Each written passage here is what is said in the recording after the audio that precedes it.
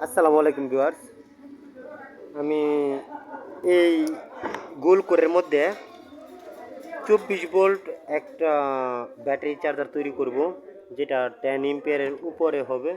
একসাথে দুইটা battery charge দেওয়ার জন্য।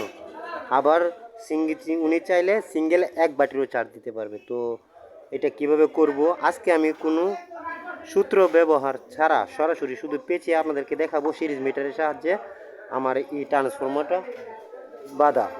ঠিক আছে, এখানে আমরা এটা বাঁধার জন্য আমরা প্রাইমারিতে এখানে 21 নম্বর তার ব্যবহার করতেছি, যেহেতু 24 ভোল্টের চার্জার তৈরি করব।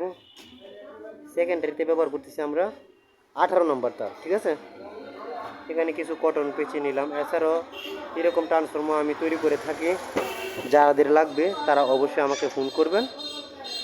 বিভাটেকের আইপিএসের যত ধরনের ট্রান্সফরমার আছে সব ট্রান্সফরমার আমি উইন্ডিং করি। তো এটা কীভাবে বাদি সরাসরি আপনাদেরকে দেখাইবো।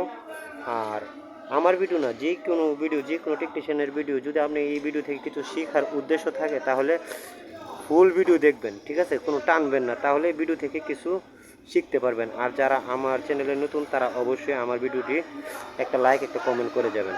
ধন্যবাদ সবাইকে। আমার কথা বাড়াচ্ছি না, আমি চলে যাচ্ছি আমার ভিডিওর মূল টপিকে।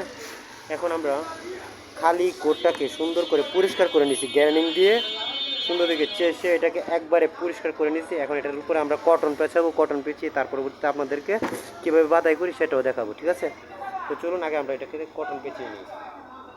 এখানে আমি 1 ইঞ্চি কটন নিয়ে নিলাম, এটা আমার 1 ইঞ্চি কটন।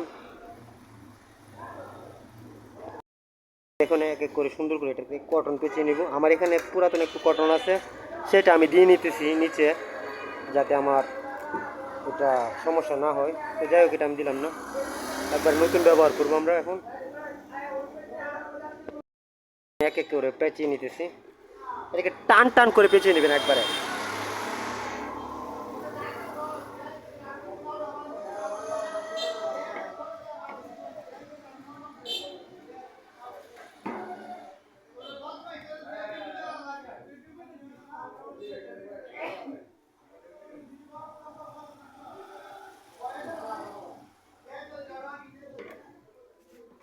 এভাবে করে এটাকে পুরোটা পেঁচিয়ে নিব। ঠিক আছে, সুন্দর করে আগে পেঁচিয়ে নিই।